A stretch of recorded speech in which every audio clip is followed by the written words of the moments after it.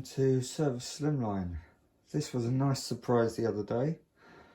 Sold the AEG, which you would have seen featured on the channel by now, and I got this back as not working potentially. I believe it was owned by the previous owner of the flat, who had just left it behind. Absolutely immaculate, apart from the yellowed plinth and the cabinet, which you can see. And it turned out to be fully functional. So that kind of upset my space crisis even more. Let's have a closer look. Top left then, we have the detergent tray, Hoover XL 1100 AC327 is the model number, by the way.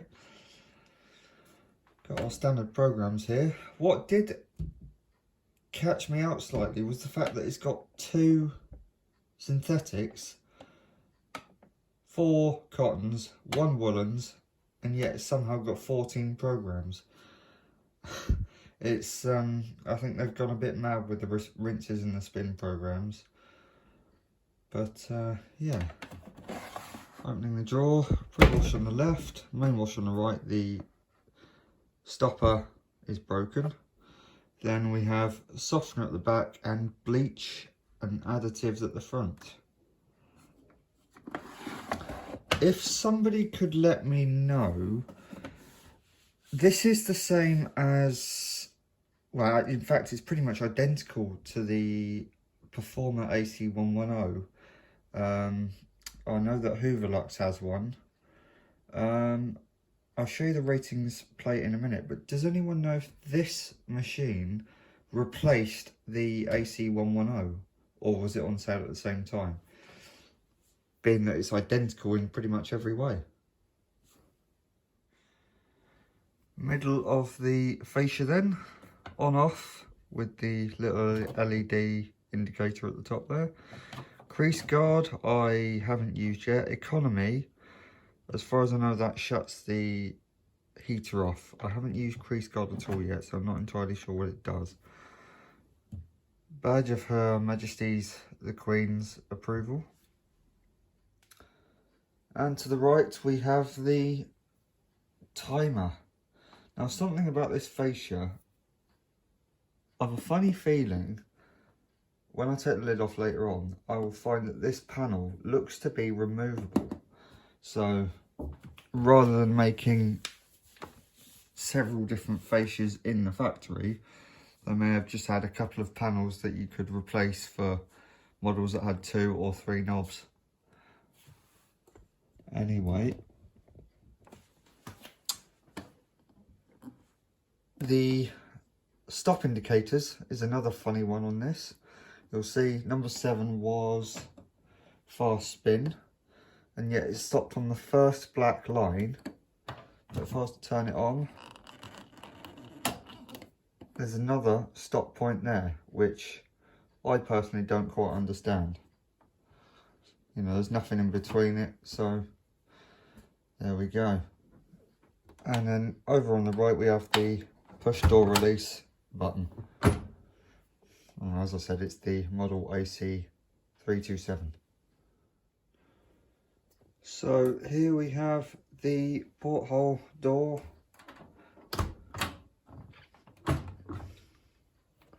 As I said, the whole machine is very, very clean.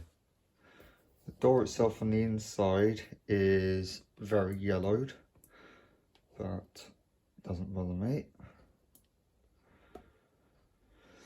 I suspect this has had a replacement door seal in recent times, because you'll see, I don't know if you can see,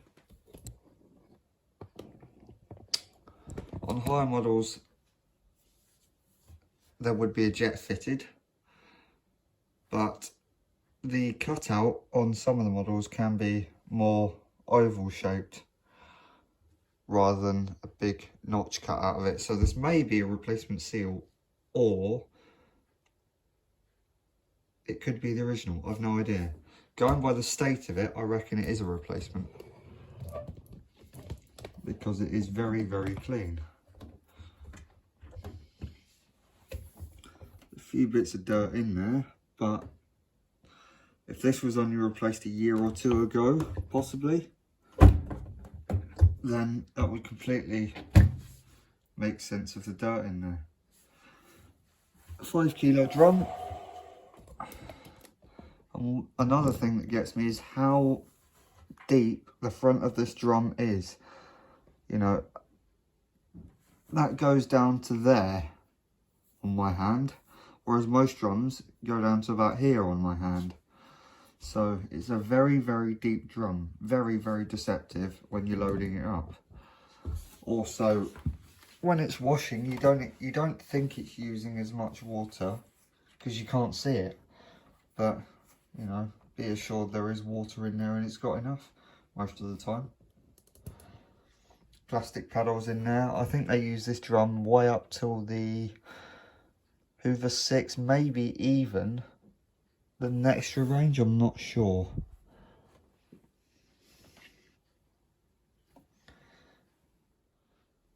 And as I said, there is the rating sticker. I can't tell when it was made. If somebody could point that out for me, that'd be great. Under the lid here, just a standard machine. Looks pretty much the same as any other Hoover would have done back in its day. Massive concrete block, timers down here. As far as I know, these were one of the last models with a proper mechanical timer. Stuff, you know, the sort of timer that actually ticked while it was washing. So, valves at the back, soap box at the front, everything self-explanatory. I didn't expect the lid to have these removable strips like the later ones did. So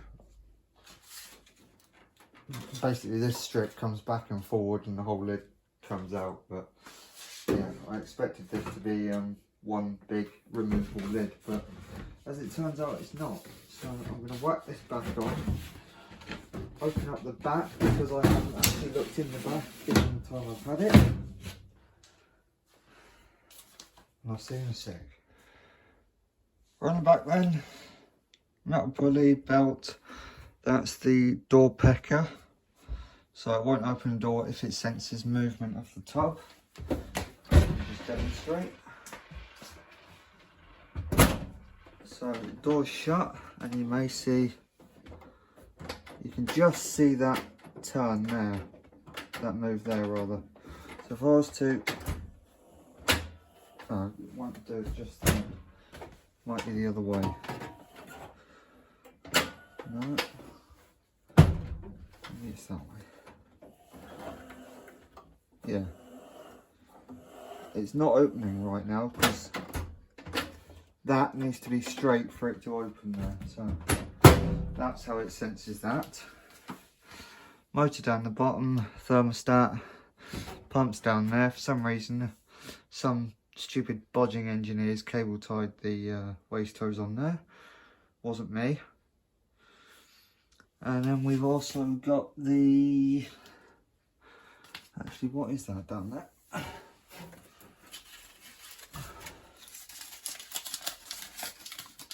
Oh, that would have been a little slip of paper that told you when the machine was made. I don't know if I can see a date on it as it goes. Oh, here we go. 2nd of March 1999.